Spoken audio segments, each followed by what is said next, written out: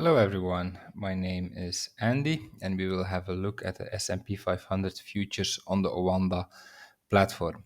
Tomorrow I'm not trading, so I won't be able to upload a video, so therefore I already present my analysis for Tuesday, October 10th. For the record, today is Monday, October 9th. Time is around 7:30 p.m. GMT. So here we are looking at the 15-minute time frame because I think the most important things in the S&P 500 are happening here on the lower time frame. It's actually a bit the same for all the indices right now. So if you want to have more details on the higher time frame, please have a look at my higher time frame analysis. For now, I will only focus here on this part. And so what we see here, or what I explained in my previous analysis, is that this can here be the low of the higher time frame correction.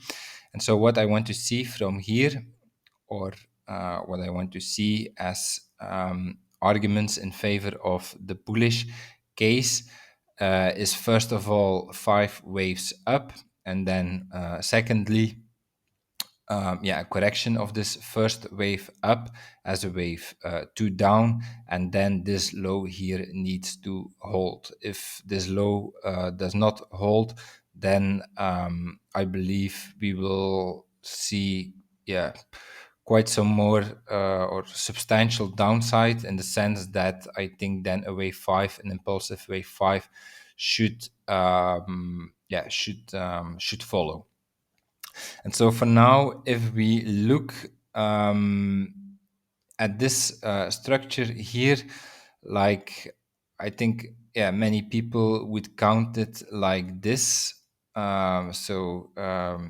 Look, we have 5 waves, 1, 2, 3, 4, 5.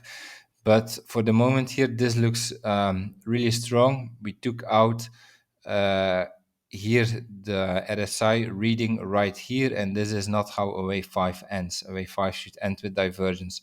So if I have to label here this waves in the lower time frame, I would actually say that this is still the wave 3, which is ongoing. So then here the wave 1, here we had our wave 1, then a wave 2 right here, and then still here the wave 3 in progress. Then this wave 3 should be counted as wave 1, 2, 3. Then we should need something, probably a shallow wave 4, followed by a wave 5 up here, and then this could be the wave 3.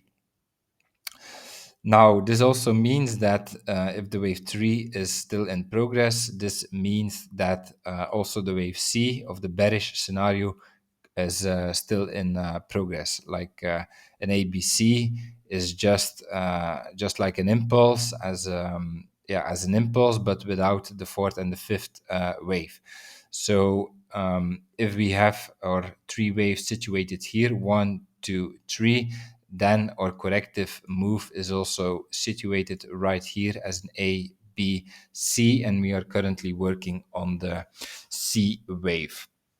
So if we finished this third wave, which will soon be finished, I think I don't expect much more upside right here. Like, still a fourth and a fifth wave, but that won't be substantial upside, I think. Then what we should see next as additional evidence for the bullish case, then we need a fourth wave here in this degree and a fifth wave right here ending with divergence. And if we have this, then the real test will follow. Then we should correct this impulse here as a wave 2, and then this low needs to hold. And if this low holds while we are correcting this structure here, then there is a very good chance, I think, that this might be the low in the higher time frame correction. So you know what I'm looking for here on the lower time frame. So here we have an upward cycle. This still looks good. If we go to the 1 hour, yeah, a bit the same like what we see in the 15 minutes. We also see this cycle from this low right here. If we go to the 4 hour, we are also holding an upward cycle right here. So we are soon, we are approaching a downward trend line right here. So in some way, that could be the end of an upward structure once we touch this one right here. On the daily, we are breaking this downward cycle right here. So this is in favor of the bullish case, I would say. But then on the weekly, we are still in the bearish cycle, but it looks like we will try to break this. So this is also something to monitor right here.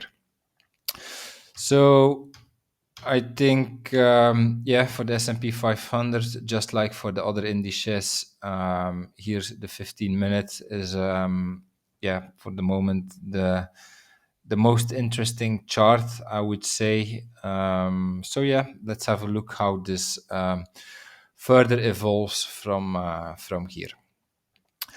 Okay, that's my analysis for today. If you enjoyed it, please like, subscribe, comment to support my work. And I see you back on Wednesday for an analysis of the lower time frame. Have a nice day. Bye bye.